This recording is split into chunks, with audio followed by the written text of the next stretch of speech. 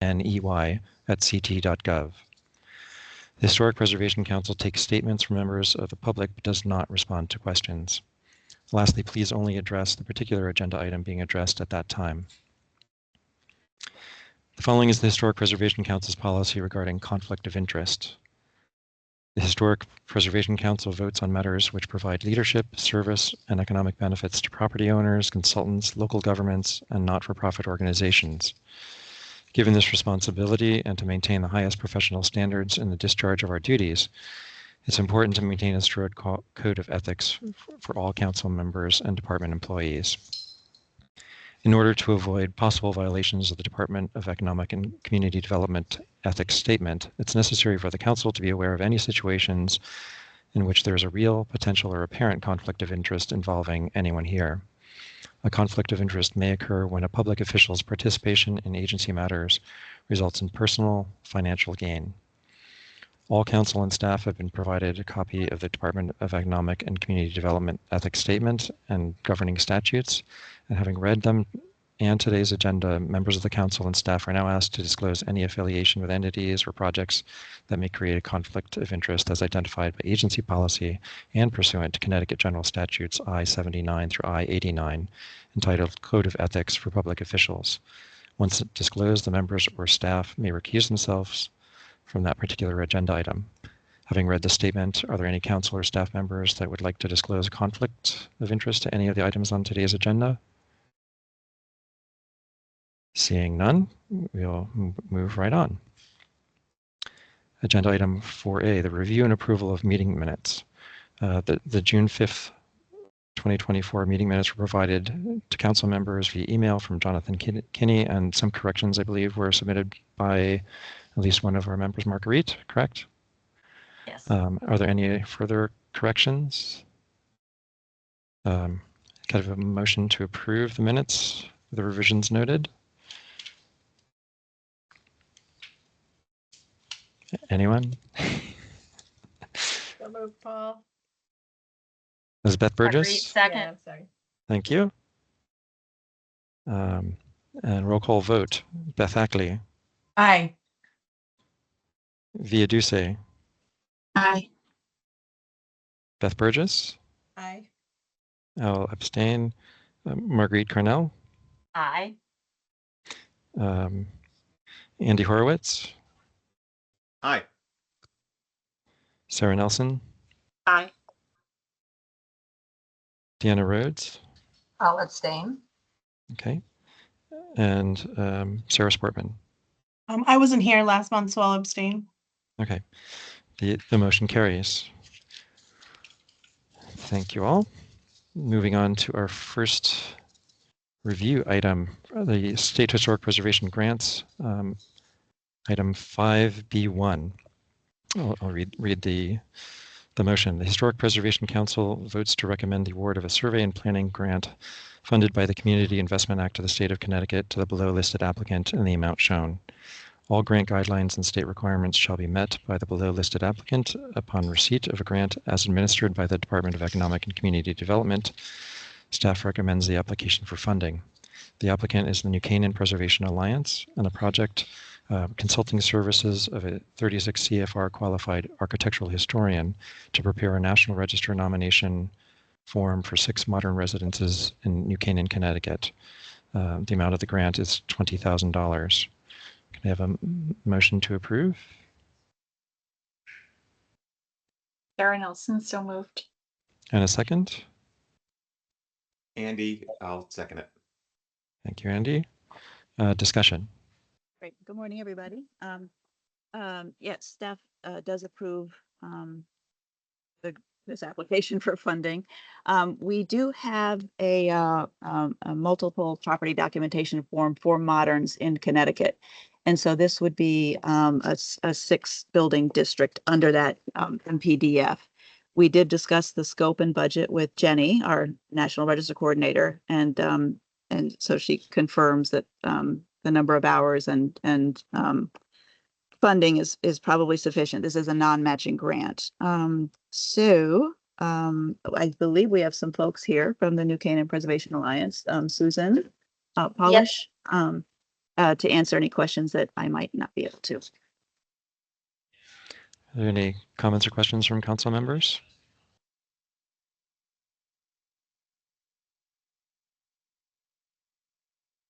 No comments or questions, Paul. It was a well put together application and it's an exciting project to see. Thank you, Sarah. And I guess I have one question for Mary. Will this be a district officially of the 6 homes or part of the multi-property that could be anywhere? Yeah, But no, because they are compact and contiguous, it becomes an official district of the 6. yes, it will be a national registered district unto itself. But since we have this umbrella moderns document, that's where that's the context is already provided. And so, but this will be a national registered district, if that's what you're asking. Yep. Yeah. Yeah. Okay. Or a standalone. Right. It's a very nice proposal. Any other questions or comments? Any comments from the organization that you'd like to add to the discussion?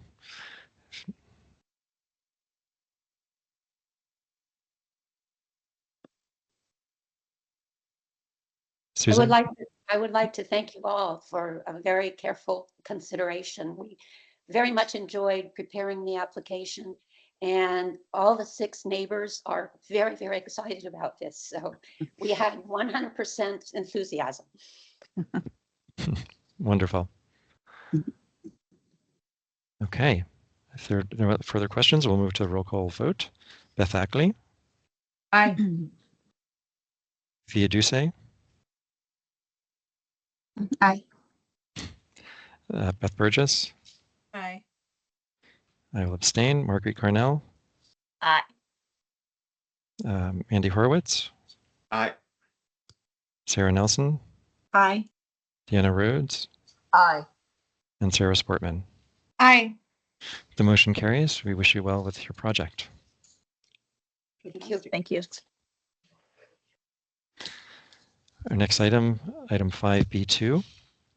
The Historic Preservation Council votes to recommend the award of a survey and planning grant funded by the Community Investment Act of the State of Connecticut to the below listed applicant in the amount shown. All grant guidelines and state requirements shall be met by the below listed applicant upon receipt of a grant as administered by the Department of Economic and Community Development. Staff recommends the application for funding. The applicant is St. James Roman Catholic Church Corporation. The project is consulting services of a 36 CFR qualified historical architect to prepare a conditions assessment for St. James Church, built in 1914 at 2110 Main Street, Stratford, Connecticut. The amount requested is $20,000. Can I have a motion to approve?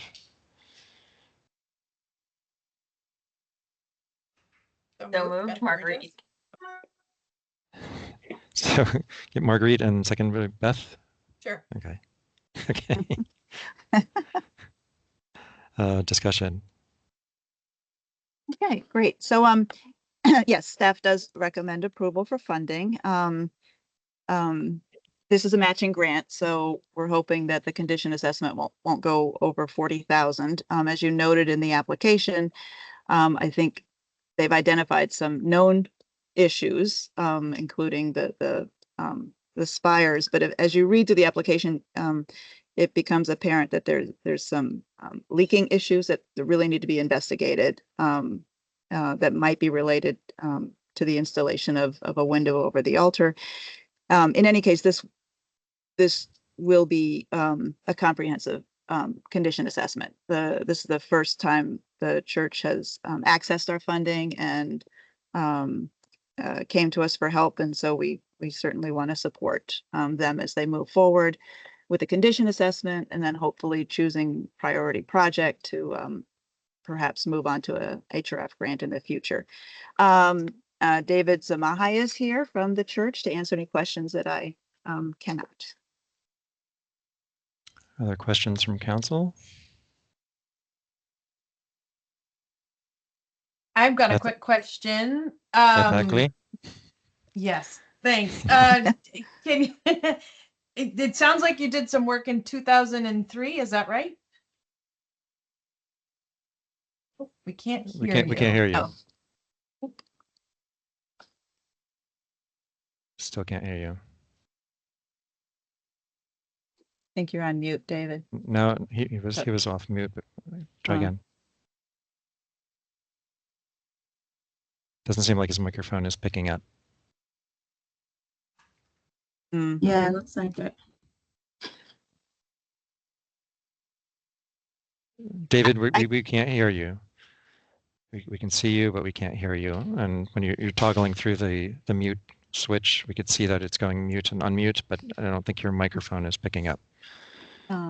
Maybe we could chat or put it in the chat, or I might know the answer. I'm not sure. What's the? Jonathan, can he call in on the call line? Absolutely, yeah. Let me see if I can.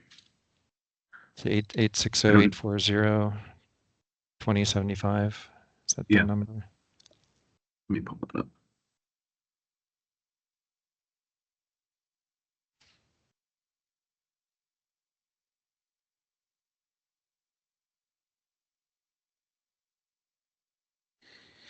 $20.75. Yep, that's right.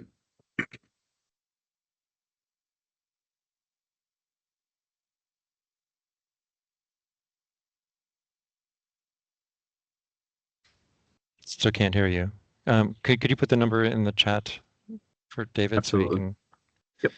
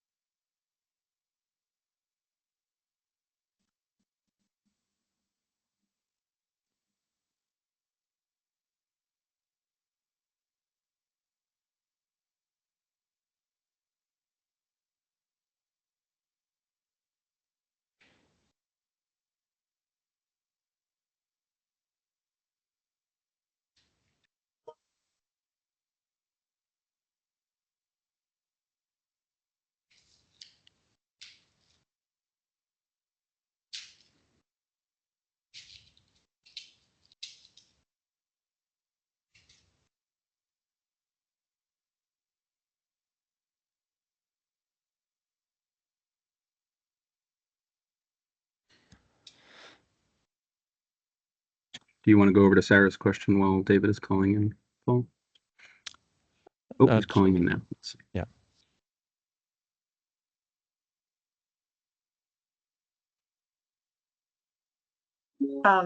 It wasn't a question. It was just a comment as the church is working with the SHPO's office in terms of the project timeline. The schedule calls for the project to be bid to the consultants in mid-November, and then evaluation selection of a consultant, and then the completion of the report in April. And I'm just noticing that the work would be scheduled to proceed during the cold weather months, and for a condition assessment where you're dealing with outside conditions, they may want to relax the schedule so that they actually have better, more temperate conditions, because you get a more thorough job.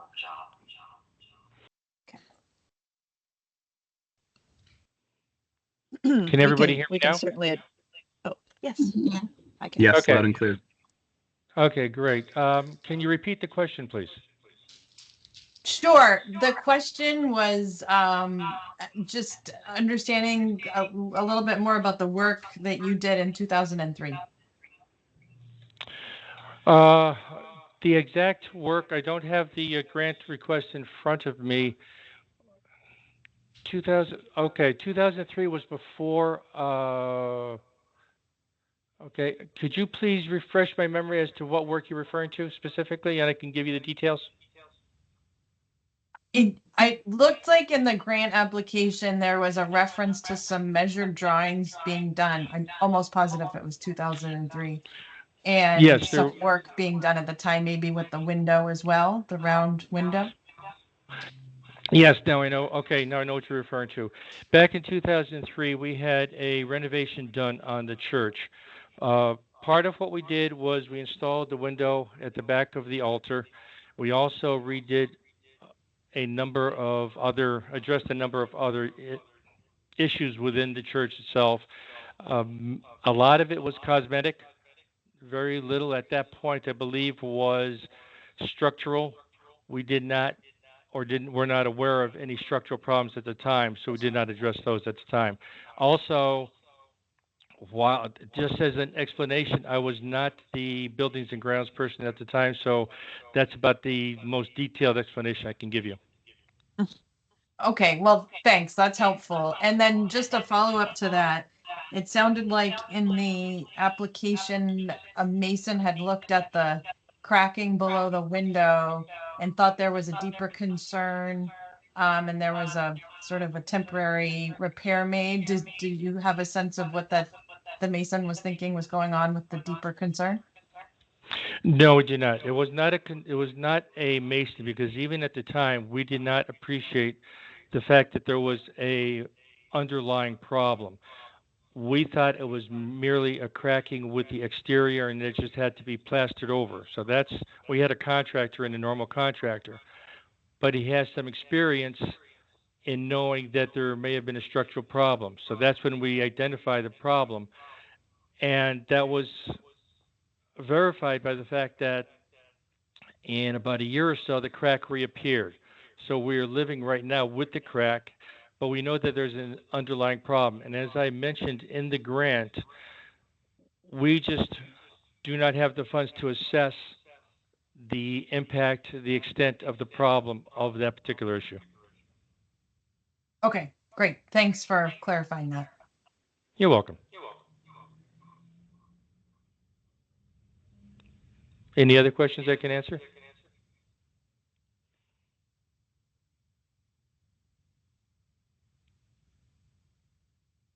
Paul, I think you're muted. The phone was ringing, so I muted, forgot to turn back on. Mary, one question is about the focus of the conditions assessment. It seems like there'd be a benefit of skewing it heavily to an envelope survey rather than all-encompassing of mechanical systems and everything else. They've done the interior renovations that were happening previously. It seems the majority of their questions are structural and envelope moisture penetration issues. So I think pointing out that focus in the RFP, I think would be very beneficial, because there are some good firms out there that really can focus on nailing those issues down.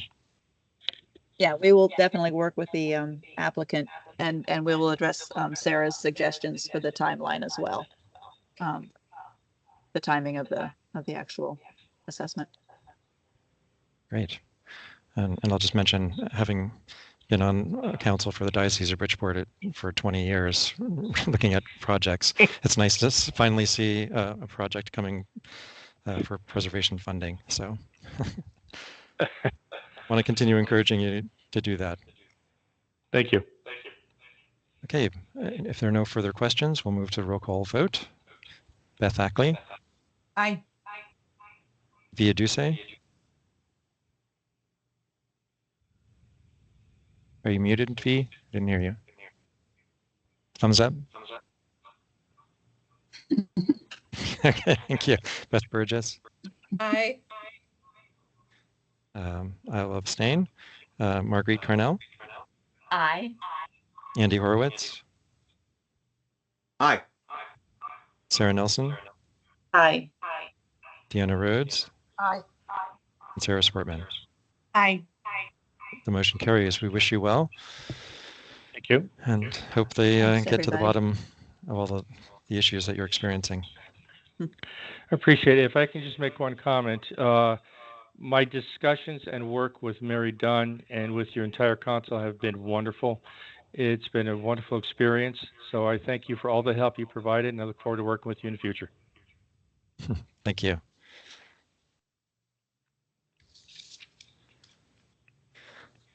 Okay, next item is 5B3. The Historic Preservation Council votes to recommend the award of a survey and planning grant funded by the Community Investment Act to the State of Connecticut to the below listed applicant in the amount shown.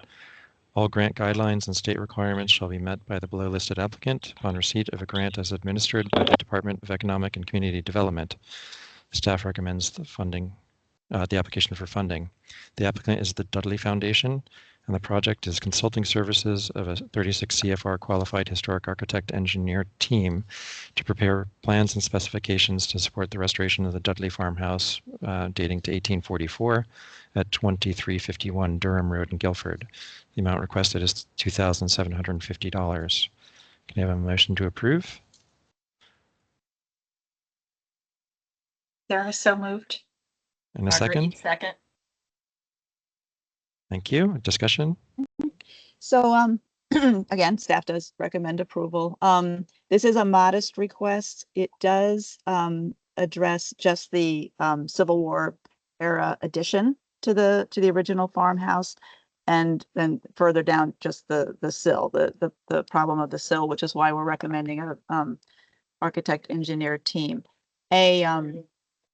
Someone did come out with Preservation Connecticut Circuit Rider to do a technical assistance consultancy. So they were able to provide a little bit of the scope and possible budget. This will be, though, competitively bid, even though it's a very small amount of money. In any case, it does sound like they need this. We just listed the farmhouse using a grant from you guys just a few years ago, and so this is their first ask for funding, their first eligible funding ask, and so we do recommend approval. I think Beth Payne was going to try to be here. I'm not sure if she's here, but I'll try to answer any questions. Any questions from council? Sarah Nelson, and then Beth Ackley. Thank you, Paul. So, Mary, I just want to double check the budget that was developed. That was developed with Preservation Connecticut's guidance, or they had people give them some informal numbers. And here's the reason I'm asking. I noticed that they are prudently including investigative demolition as part of the pre-development study work, which, you know, it's completely appropriate. But my recent experience having a restoration carpenter on a job site for half a day's work to pull up some floorboards and expose some structure, it was $900. And so that's almost half of the pre-development budget. And I just want to make sure that they have enough money. I know this isn't a big ask, but I want to make sure they have enough money to do. That's great. Yeah. This was It's a matching grant, right? So It the is total matching. project is 5,500, 5,550. Yeah. To answer the first part, though, yes, I believe it might have been Stacy. One of our circuit riders went out, and then they called in under the technical assistance consultancy that we fund under Circuit Rider. But that's really meant to have, you know, a professional in the field just come out and just give a quick and very basic idea of what the issue is and what it might cost to resolve. And in this case, it's the planning, and I'm hoping they go for an HRF grant eventually. So, but that's a really good point. So we can, as they get bids, it might become even more apparent, that concern. So I'm not sure if we should, we could either, in the past, you know, we have awarded additional funding, you know, if it turned out that the grant was significantly lower than it was anticipated would cover. So, or they can make up the additional funding with their own funds. But Mary, what was the approximate dimension of this portion that they're looking at? It didn't seem like it was very large. It's not large, and I that don't may believe be why the little $5,500 amount seemed reasonable to them at the time, just because it's a small portion that they're looking at. Although these days, to get somebody coming out, to look at anything, exactly. it's $5,000 to get out of the car. Yeah. So, so we could, if you award, the grant, we could, we do go through the procurement process with them and we could see what kind of bids they're getting. And perhaps if they're, hugely out of proportion to the amount of funding, we could invite them to come back for additional funding since we're only giving them about 2,200 or 2,275 or 20, whatever. 2750. Yeah, even with, we could do that. I don't know that we could revise the motion. I mean, this is what they asked for. So I think, it's up to, well, they can't really get bids prior to receiving the grant. So I think we would just have to move through the process and see what happens. Yeah. And then if it turns out that is, a larger concern, we'll just have to address that at the time. Okay, Beth Ackley. I was going in the exact same direction as Sarah and Paul on the budget seeming a little low.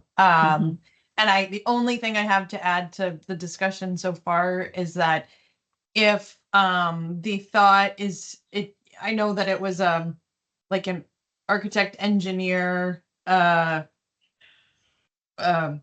intention, if there truly is like an architect and an engineer, then I think even just having both of them come out, I think you're probably more in the 10,000 Okay. range for that is my guess. But it may be just that you just need the structural engineer at this point. Probably it'll Yeah, Sarah it's certainly would possible. And I mean, concur. it's a pretty simple, field diagnosis, quick plan with repair details, but it's targeted and you just need the right person, there's, yeah, so. Yeah. And Mary, I'll just jump in before we go back to Sarah. They did have a note in there saying on their timeline that they were expecting to go for an HRF grant in January of 25. But if they're not on the list, then that's not going to happen. That's So I'm sorry I didn't catch that. No, unless they meant they were going to submit a letter of intent in 25. But yeah, no, I'll confirm that I will let them know. That's not a. Because it may be that we can help them on the planning, but then they're going to have to do the implementation separately, because if it's in such bad condition, they have to wait another year, and there's no guarantee that they're going to get it anyway. With the way the HRF grants are so competitive at the moment, be good to have that discussion with them. And then the final thing I'll say before we go back to Sarah, there was no mention in the scope of work of correcting the exterior grades to get the grade below the sills. The commentary about, oh my God, the wood is resting directly on the stone, which is the way you build a foundation and a structure. So that's the way it's supposed to be. It's just that the grade should not be at that same level or above the top of the foundation. So please make sure that they include regrading to direct water away from whatever they're putting back in there. Otherwise, they'll be replacing this in no time at all. Back to Sarah. Great. Thank you. And this just goes back to that budget question, and it may be an option to talk with the foundation about. So that foundation has pretty experienced historic preservation folks and access to restoration carpenters. So it may be within their own membership or sort of family that they've got qualified personnel who can actually do the investigative demolition. That may be something that can be brought in as a match situation. So you could talk with them about that. Okay. Sarah Sportman. Yeah, thanks. I just wanted to raise the point too, if we do get to a point where they're looking at altering the grade, that would involve below ground impacts and then an archaeological component as well. I just wanted to raise that issue. I thought you were going to say that. Do you start so many inches down below, or is it anything below the surface for the archaeology?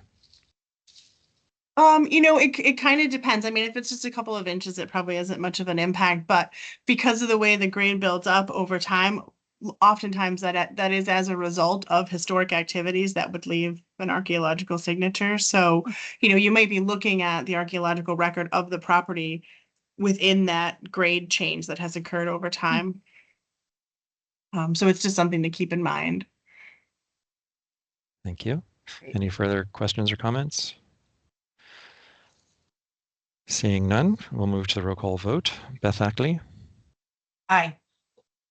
Via Duce, Aye. Beth Burgess, Aye. I'll abstain. Marguerite Cornell, Aye. Andy Horowitz, Aye. Sarah Nelson, Aye. Deanna Rhodes, Aye. and Sarah Sportman. Aye. The motion carries. We wish them well. Thank you. Agenda item 5B4.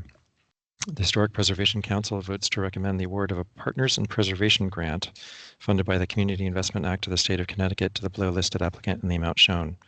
All grant guidelines and state requirements shall be met by the below listed applicant upon receipt of a grant as administered by the Department of Economic and Community Development.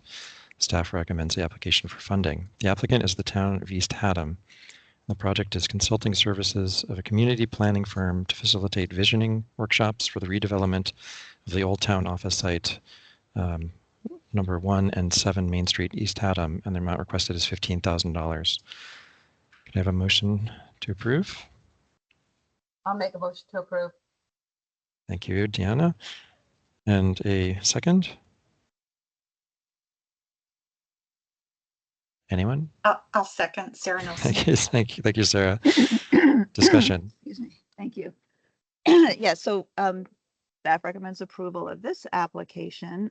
It is a matching grant, so we anticipate the total project cost to be $30,000. We did fund something like this for the town of Haddam about 10 years ago, and that had everything that East Haddam is looking for, and that came in at under 20,000. So I know that was a while ago. I know things have changed drastically, but we're hoping that this will be enough.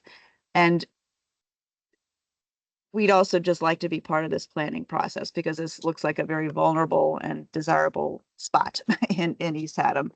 And it sounds like the town has, big plans, but it also sounds like they're being sensitive regarding their historic resources. And that's why they came to us. And so it's always good to be part of the planning process when we can be. I don't believe anyone from East Haddam is here, but I can try to answer any questions that you have or take comments. Any questions from council members? Sarah Nelson. It's not a question per se, and I'm thrilled to see a town engaging in this effort because so often it doesn't happen. So kudos to them.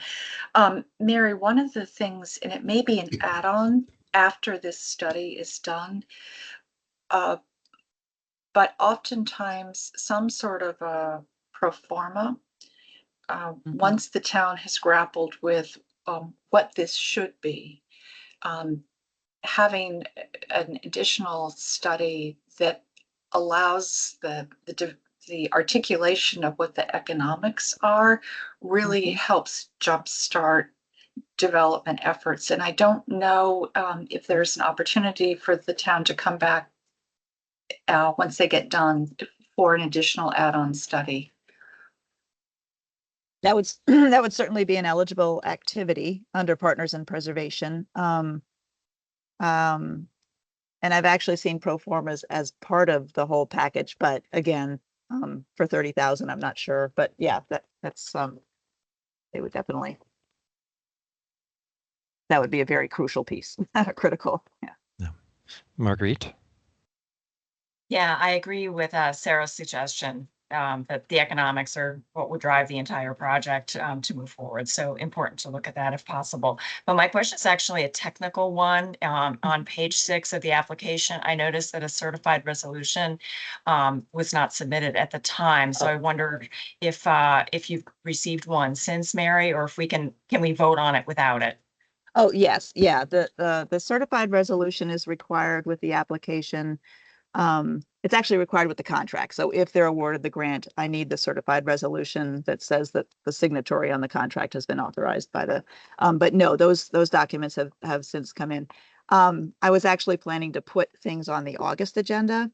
However, as you will find out, August might be a little busy. And so this was sort of, so at the time that I submitted these, we had not received it, but we do have it now, and I didn't initial it. Sorry. Thank you. Any additional questions? I'll just reiterate, like the economic issues. It's always a challenge when it's municipal property to have the public input process to find out what they would like to see. But then when it becomes a challenge for those towns to actually fund what they're asking for, it makes it very difficult to get developers to take interest in the project. So balancing, the ideal process to say, we would like to see this, but we're not going to fund anything. So it's encouraging to see that they're doing the tax increment financing option for something. But there have been other instances where, a list of wants will be developed, but oh, by the way, we're not going to be able to fund any of it ourselves. Right. It's all going to be on you. So, striking that balance, I think, is a critical goal of this process. Yeah. Any further questions? If not, we will go to a roll call vote. Beth Ackley. Aye. Via Duce. Aye. Beth Burgess. Aye. I'll abstain. Marguerite Carnell. Aye. Andy Horowitz. Aye. Sarah Nelson. Aye. Deanna Rhodes. Aye. And Sarah Sportman. Aye. The motion carries. Great. Thank you so much. Okay, moving right along. Our next item is item 6B1,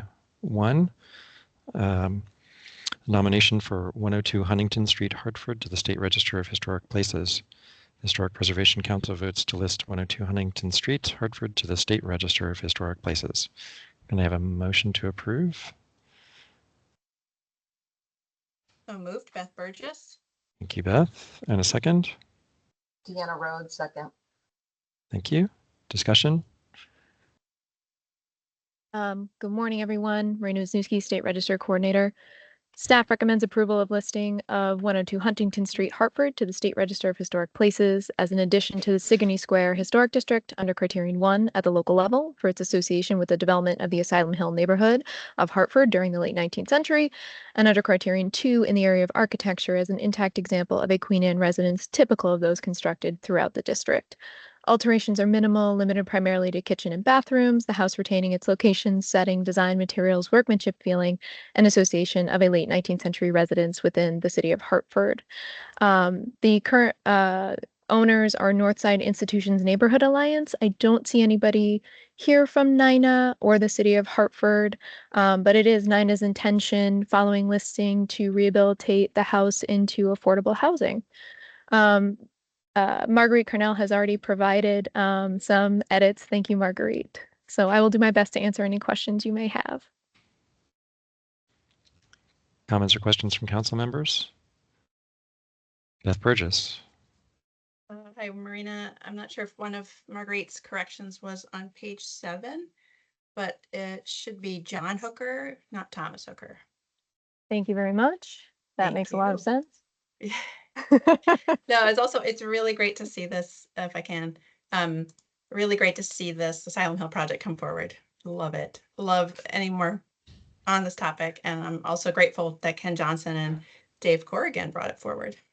Yes, very very pleased. If you look at the maps on Congress, you'll notice that this house, for some reason, as they were nominating properties, it was conspicuously drawn out. So it's unfortunate. So this is really a correction to make sure it's included. No, it's wonderful. Thank you. Thank you. Beth Ackley? Agree. This is a really valuable, I think, endeavor. A quick question, maybe Marguerite had brought it up, but I noticed that the owners of the house in more modern times were listed as the couple, the husband and wife, but the earlier owners were just the male. And I was wondering if there was a partner involved and if they should also be listed as early owners of the house. That's a great question. I will reach out. I will reach out to Nina and see if they found any information. And if they didn't find anything, I'll reach out to Mary Falvey because I'm sure she'll be able to find the partner. Awesome. It may have been just from the land records, and it was only listed under the one. Yeah. Person. Yeah. So there may be another way to suss out who that partner was, just to make sure that they get proper recognition. So I'll reach out to them, and if they can't find it, I'll see if Mary Falvey can help out. But thank you. Awesome. Thanks, Marina. No problem. Those are all great points, but I was just going to say, nice, solid nomination here. Yeah, it's a good nomination. Very good. No other questions or comments? We can move to the roll call vote. Beth Ackley?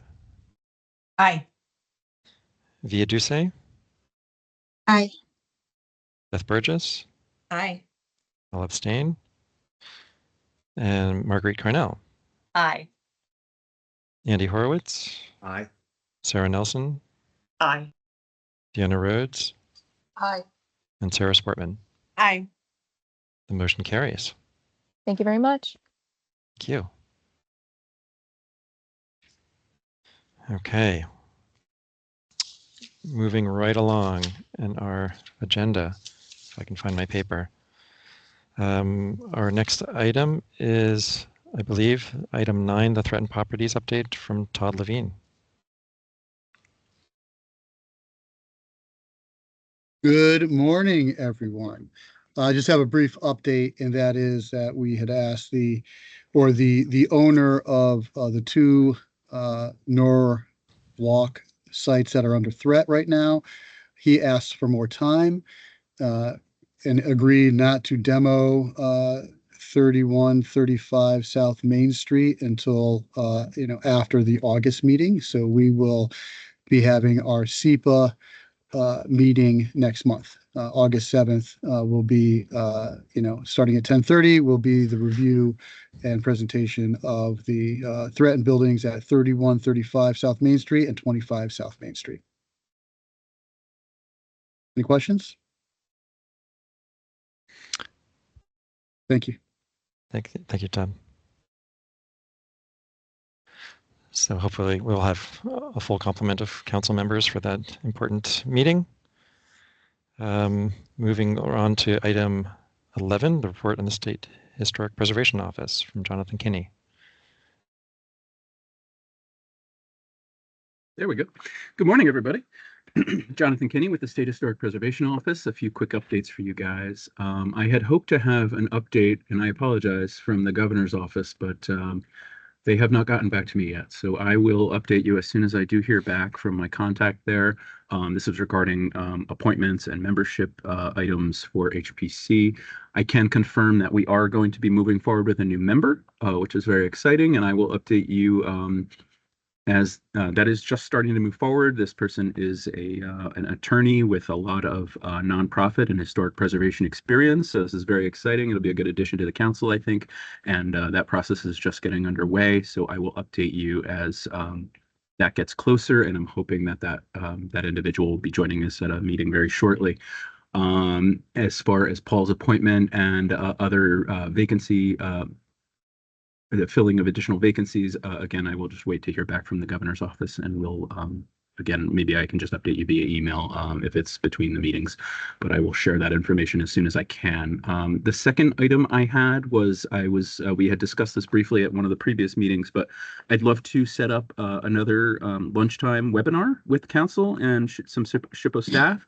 I thought it would be a good topic if we evaluated or looked into the statutory language behind HPC and maybe just ran through the 16 statutory obligations of HPC, which I think would be interesting to some of the newer members and just as a refresher for the members who have been here for a while. I'd like to get that on the calendar for hopefully maybe late July, early August. So maybe I'll send out a few dates following the meeting to you guys and just let me know what works for you, and we'll get that on the calendar and set up. I think that'll be an interesting lunchtime discussion. And then the third thing I had for you guys, I'm going to actually hand it over to one of my colleagues here on the SHPO staff, Corey Atkinson. On July 15th, next Monday, we're very, very excited to be launching our new digital environmental review submission system for applicants that need a regulatory review of their projects. So Corey's just going to take a few minutes, go over a few bullet points as to what that system's going to look like for us. Sure. So, hi, good morning, everybody. Following the launch of our Concur system, and as part of our recent digitization efforts, we began to develop an online environmental review submittal portal for all regulatory project reviews. And since our inception, we have been an entirely paper-based system. And so the new portal will help standardize our project intake and help automatically provide confirmation receipts for those who submit their projects, so they know exactly when we've received the submittal for review. And they will be provided with a confirmation number upon the receipt of the submittal, which will allow for the project submitter to be able to submit additional documentation as required under that number, which will help keep all the project documents together.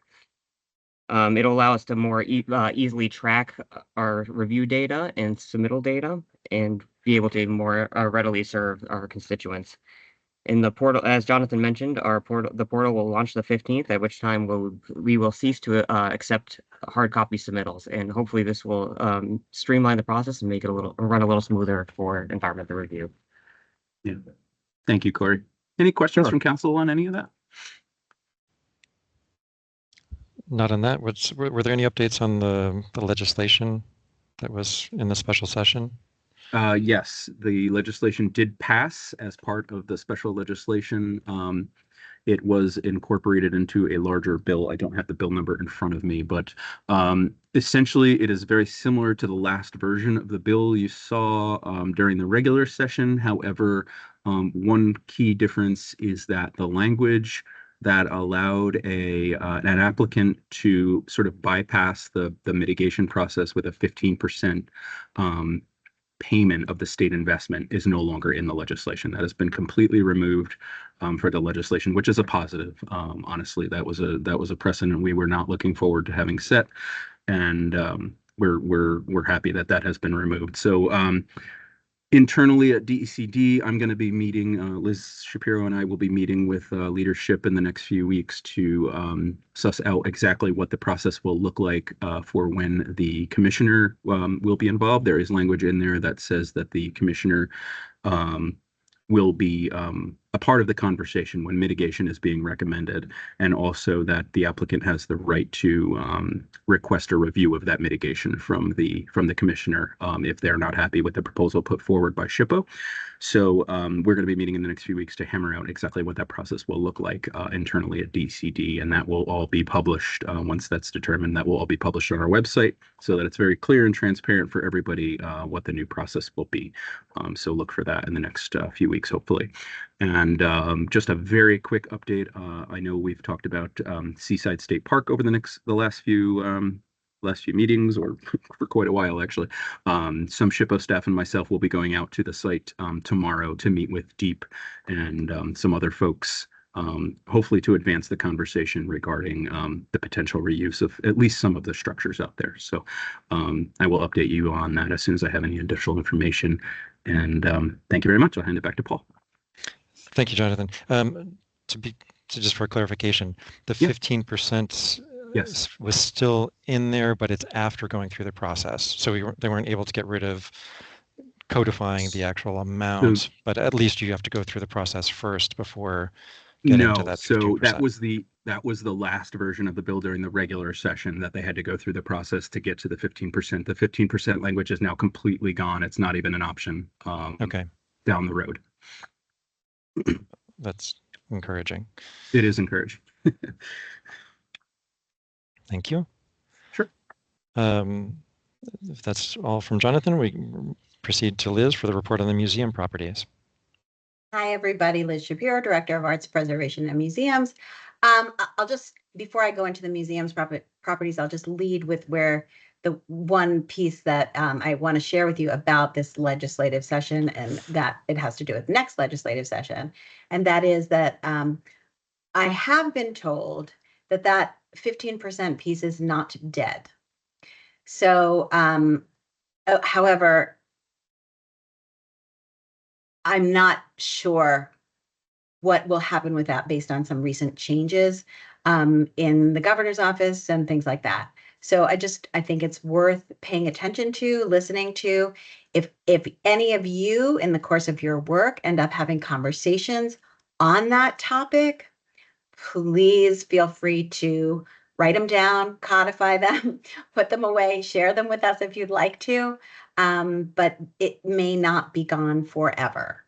So I just wanted to start with that because that's, I think, important for y'all to know.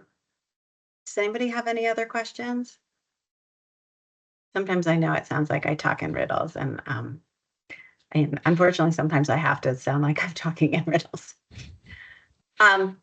Okay, so let me tell you about some of the good things. And I'm sorry that I missed the last meeting.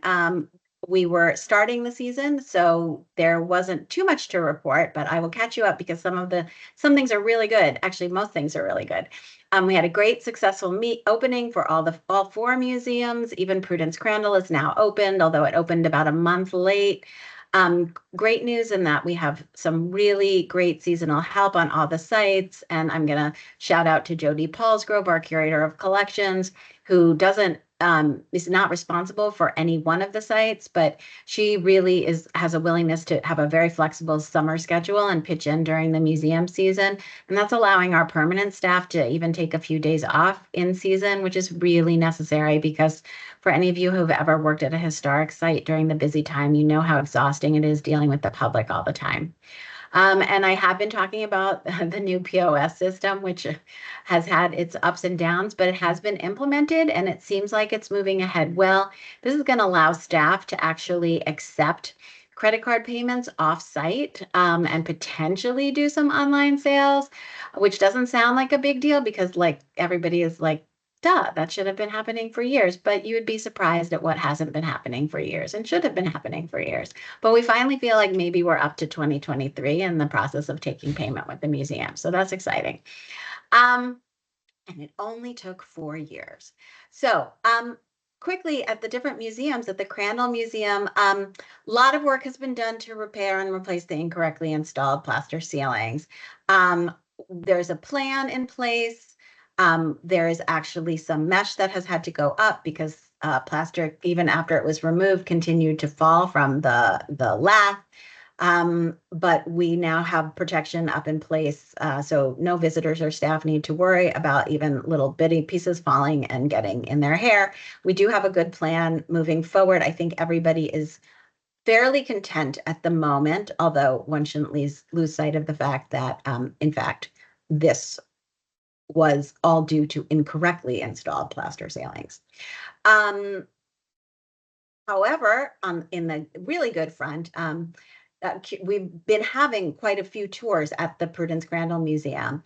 And what's been interesting is to have some multi-generational tours.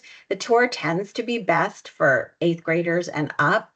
So we've been trying to figure out how, when we have family groups in, we talk about the content, which is new and is very serious in many ways, to family groups and have children understand. So our curator is testing right now a child-friendly activity in each of the downstairs rooms during the tour, and it's been really positive. And she feels really good about it, as do the seasonal. So that's been great.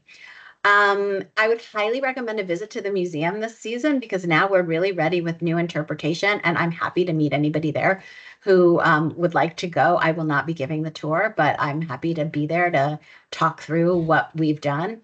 Accompanying the regular museum exhibit, we have a small exhibit featuring quilted pieces of art that relate to the Crandall story done by Connecticut artist Edgenetta Miller. She's a nationally known quilting artist who creates, shares, and teaches fiber arts and uses them to highlight social justice issues. She has had exhibits all over the country. She's a past exhibit of the Governor's Arts Award given by the Connecticut Arts Council and is a Connecticut teaching artist. When I'm done, I'll pop her website into the chat, but they're lovely. It is lovely.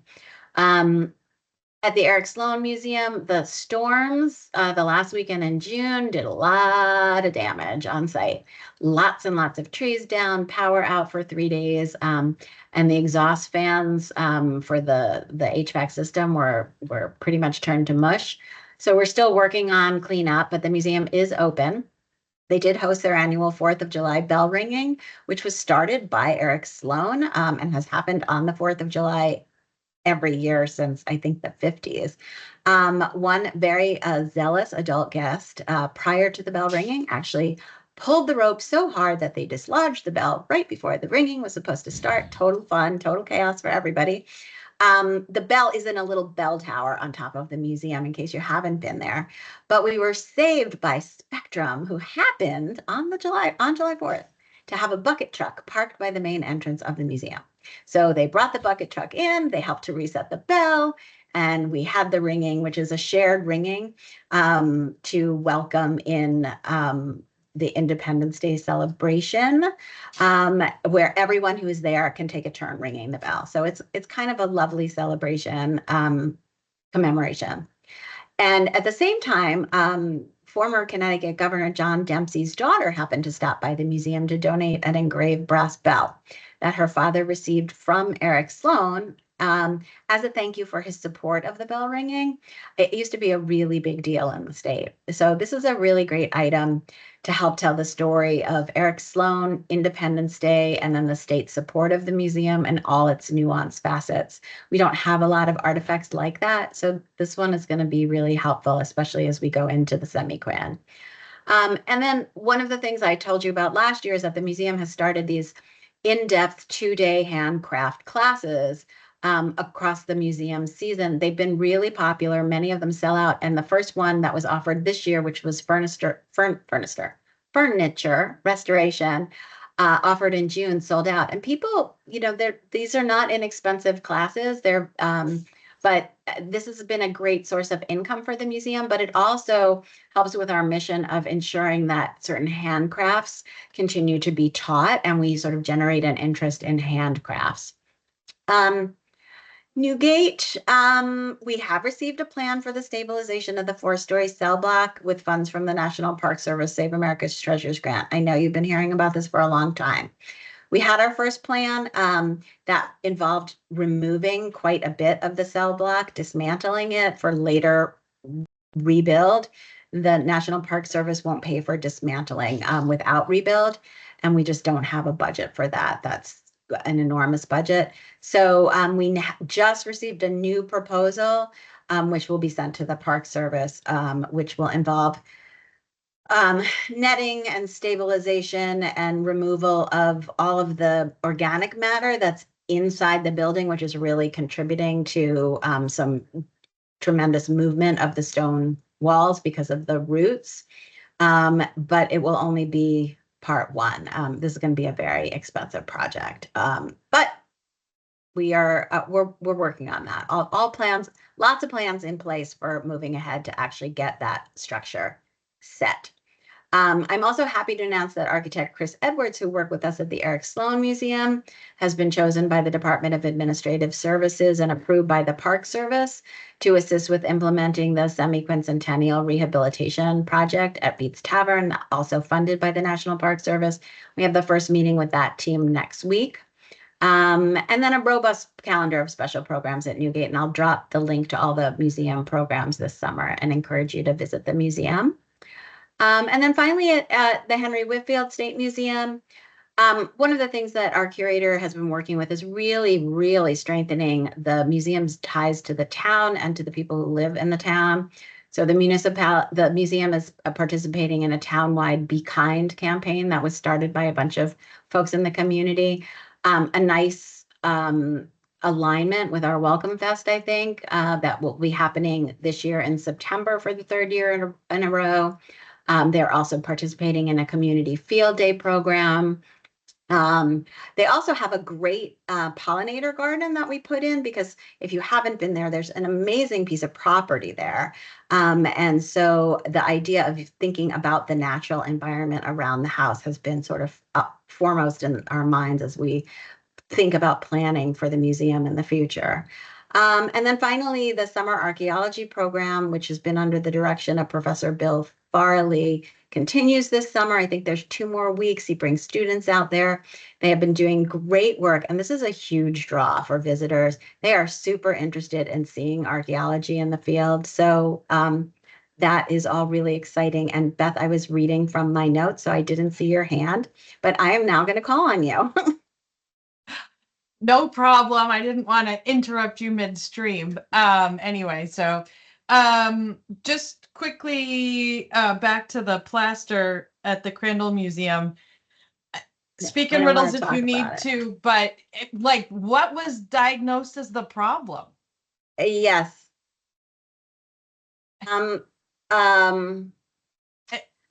If you can't, that's fine. So potentially a series of unfortunate events, none of which has been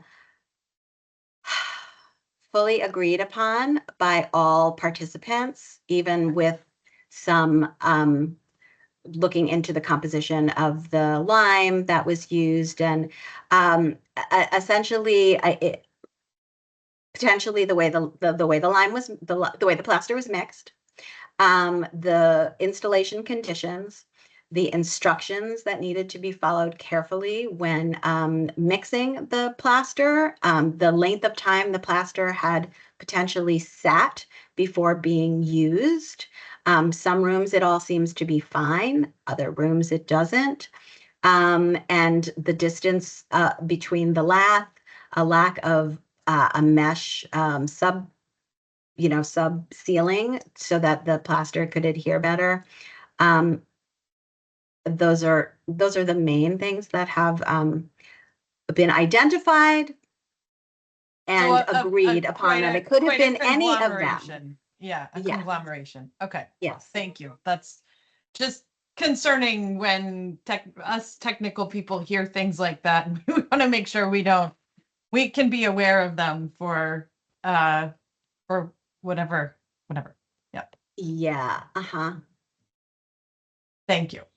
You're welcome. Any other questions? Cool. Thank you for letting me go on and on, but I wasn't there last month, so you know that you're going to get a robust report from me. Thank you, Liz. Is there any new business, Jonathan? Item 14? If not, okay.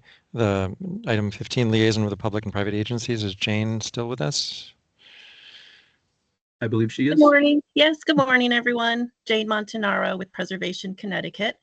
I just have one announcement of an upcoming event that we have. For the 3rd summer in a row, we're pleased to be guest educators at the Eli Whitney Summer Camp. So in 2 weeks, we'll be working with kids 9 to 11 years old on Connecticut bridges. So we'll be discussing, the history of bridges in Connecticut and engineering. The kids will be doing models, workable models to explore the engineering, but then they'll also be tasked with working together to design their own footbridge and construct it. So we're looking forward to running across the street every day to see how the kids are doing in their camp. So that's the excitement for July to report to you. Thanks. Thank you, Jane. Are there any members of the public wishing to speak at this time? I don't see anyone's hand raised. I don't believe so. Okay, that brings us to the end of our meeting. Our next regularly scheduled council meeting, I guess, is Wednesday, August 7th, and that may be our SEPA meeting, so Yes. Stay tuned.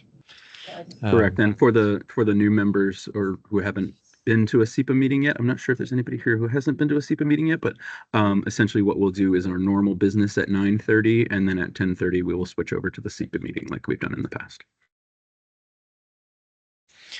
Thank you very much. Can I have a motion to adjourn? Sarah Nelson. So Sarah moved. Nelson is ready to go. And a second? V. V, thank you, V. Without any objections, we will be adjourned until August 7th. Have a great month. Thank you, everyone. Bye, everybody. Bye. Bye-bye.